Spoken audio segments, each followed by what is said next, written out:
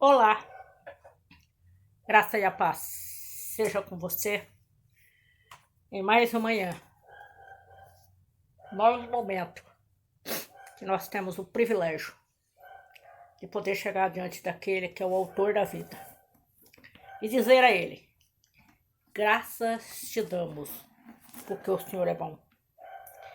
Graças te damos, ó Deus, porque a tua misericórdia tem se renovado para conosco a cada manhã. Graças te damos pelo seu grande amor que tem nos alcançado. Graças te damos, porque o Senhor tem nos guardado. Bom dia, povo de Deus. Bom dia, povo de Deus. Bom dia. A graça e a paz seja com cada um de vocês. Vamos para mais uma devocional? Vamos participar de mais uma devocional, de mais um momento de palavra. Eu te convido a ler comigo Mateus 14, do versos 22 ao 33. A palavra diz assim: logo em seguida. O que é logo em seguida? Toda vez que a gente vai ler a Bíblia, nós precisamos entender o que vem antes e o que vem depois. Quando abre o autor do Evangelho de Mateus, abre o versículo 22, dizendo logo em seguida, e você vai ver o que ele quer dizer com esse logo em seguida. Quer dizer que alguma coisa aconteceu antes.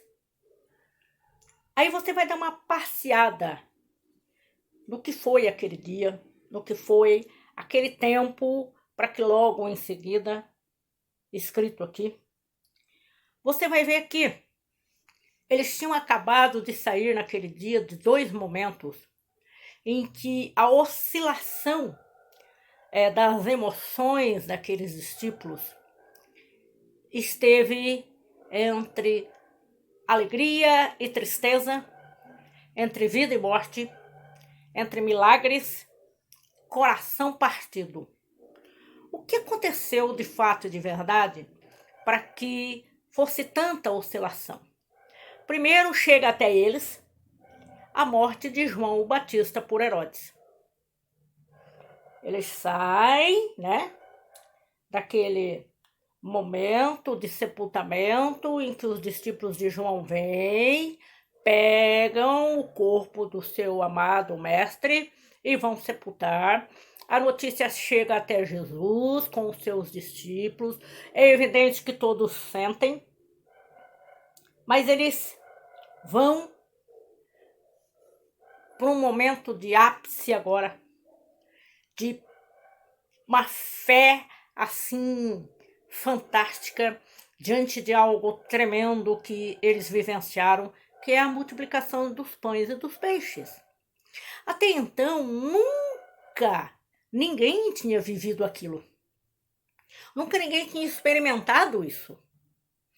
Estão os discípulos assim, tá aquela multidão nesse alvoroço, aquele grupo de pessoas que não era pequena não, eram centenas e centenas e centenas de pessoas, porque a Bíblia fala só em 5.000 homens, fora as mulheres e crianças. Aqueles 12 apóstolos no meio de tudo isso, no coração daquele grupo de pessoas, daquela multidão, tem uma intenção: aclamar Jesus de uma forma diferente que ainda não é tempo.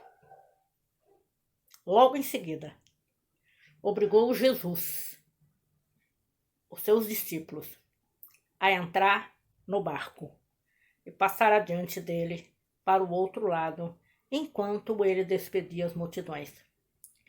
Tendo-as despedido, subiu ao monte para orar à parte, e ao anoitecer estava ali sozinho.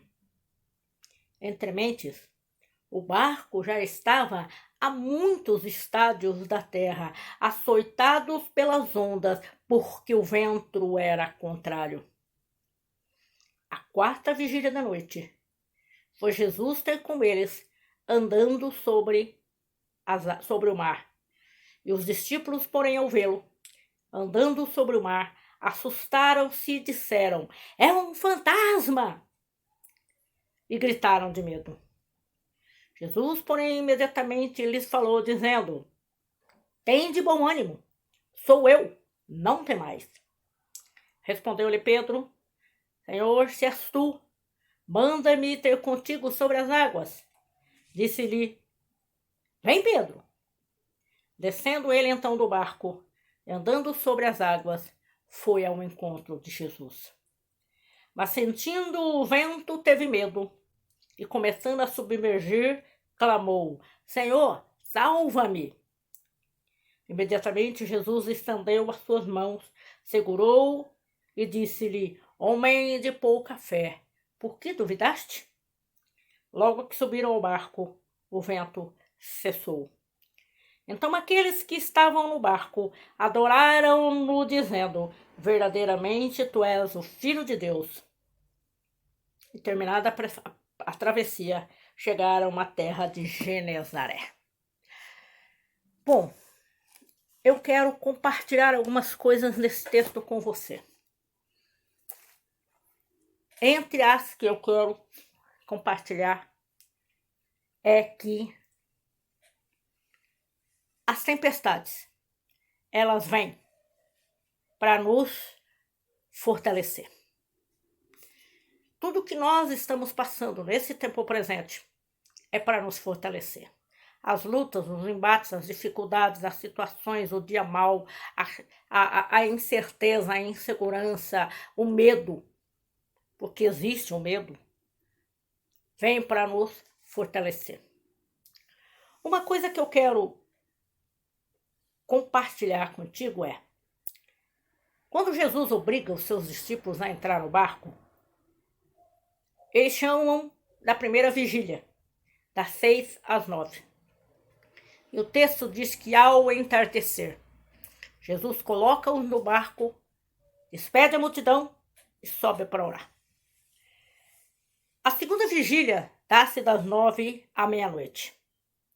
A terceira vigília dá-se das meia-noite às 3 da manhã. E a quarta vigília da noite dá-se, então, das 3 às 6 da manhã. De posse desse conhecimento do relógio em Israel, daquilo que nós chamamos do tempo cronológico, eu já logo vou entender que esses homens subiram neste barco. E a Bíblia diz que logo que eles subiram, começou então a vir um vento contrário. Esse vento contrário, ele não foi diminuindo, esse vento contrário, ele só foi aumentando. Esse vento contrário, ele foi sacolejando esse barco de um canto para o outro e levando aqueles homens que são experimentados nesse tipo de ofício, nesse tipo de dificuldade, nesse tipo de situações. Eles não eram homens iletrados nisso aí, eles tinham muito conhecimento. Antes deles estarem com Jesus, eles eram pescadores. Pedro, Tiago e João passaram a vida inteira pescando, portanto, eles já tinham enfrentado outras situações como essas. Todo o conhecimento que esses homens têm, eles estão agora colocando esse conhecimento, essa força, essa sabedoria, essa disponibilidade em favor daquele momento que eles estão vivendo, mas nada resolve. Eles estão na quarta vigília da noite, dentro de um miolo, de uma tempestade muito grande. E a Bíblia diz que Jesus esperou a quarta vigília da noite para mostrar para eles, discípulos, para mim e para você, nas nossas lutas, nas nossas dificuldades, que ele vem quando não se tem mais nenhuma esperança, quando a morte é certa. A maneira como aqueles homens estavam vivendo ali usando toda a sua capacidade humana para sair daquela situação, não dá para aqueles camaradas nenhuma esperança de que eles fossem sair vivos, porque o vento foi aumentando a sua intensidade. E é nesse momento, na quarta vigília da noite, que Jesus entra em ação. A verdadeira tempestade que nos leva ao naufrágio não é a circunstância, é os sentimentos. Tem hora que nós estamos nos afogando no mundo das nossas emoções e dos nossos sentimentos. E a maior crise minha e sua é a demora de Deus em chegar. Não são os problemas, é a demora de Deus em chegar. Queridos, preciosos do Pai, naquele dia, aqueles discípulos tiveram uma lição, um tanto quanto que tremenda na vida deles.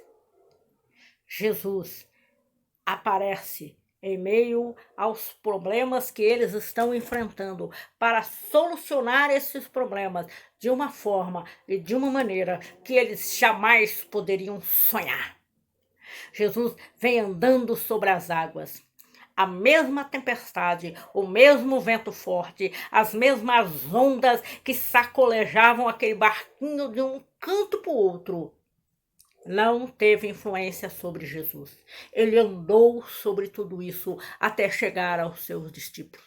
Ele rompeu tudo isso porque ele é o Senhor da vida, ele é o autor, o consumador, ele é o criador, ele é aquele que sustenta na palma das suas mãos também todo o universo. E Jesus naquele dia se apresenta para aqueles discípulos andando sobre a tempestade. Assim ele faz comigo e com você também. Ele chega nos momentos mais complicados da nossa vida. Creia nisso. Creia nisso. Guarde o seu coração nesse tempo presente. Guarda em meio a tudo isso que nós ainda estamos vivendo.